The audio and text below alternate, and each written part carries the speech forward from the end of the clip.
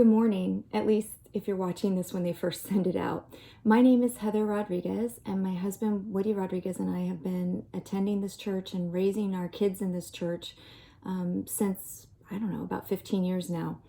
And a few weeks ago, I was asked to do a devotional.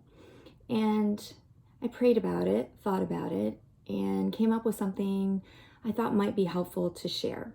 And this is what I initially thought I would share with you.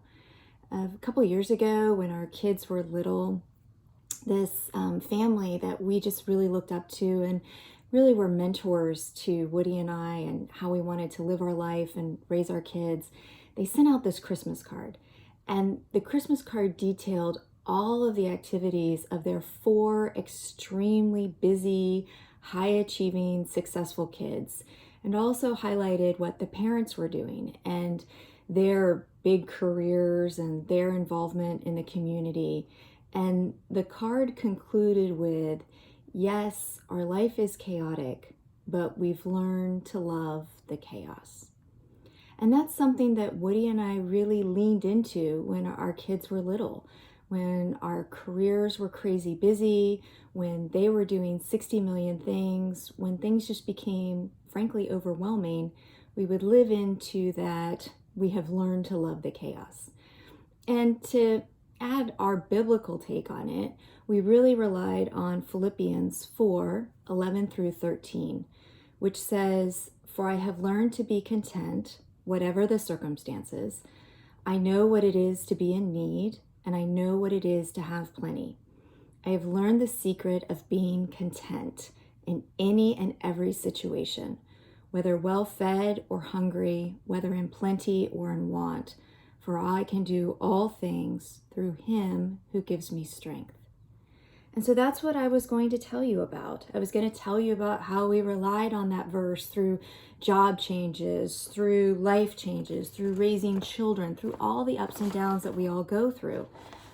Living a life sometimes where blessings came faster than we could count them, and sometimes where troubles seemed to overwhelm us.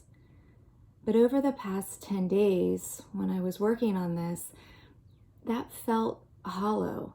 How can I share with you that I'm content when I'm not?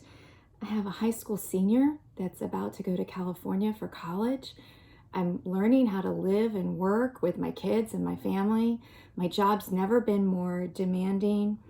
And just when we thought things couldn't get crazier during a worldwide pandemic, now we're dealing and being confronted with issues of social justice like I've never seen before in my lifetime. And so how can I come to my church family and say, hey, now's the time to be content, when my heart is not? And so what I've come to the conclusion of is that for me right now, the verse isn't necessarily the word content. That's the key word. It's learned. So I'm learning yet again to trust God in every situation, whether well-fed or hungry, whether living in plenty or living in want, whether working in my regular workspace or whether here in our undecorated guest bedroom, whether struggling with what I see on the television and how I know our friends and neighbors and loved ones are hurting. So it's my hope that by trusting in him to heal the wounds of our world and my heart, that we can find contentment again in his promises.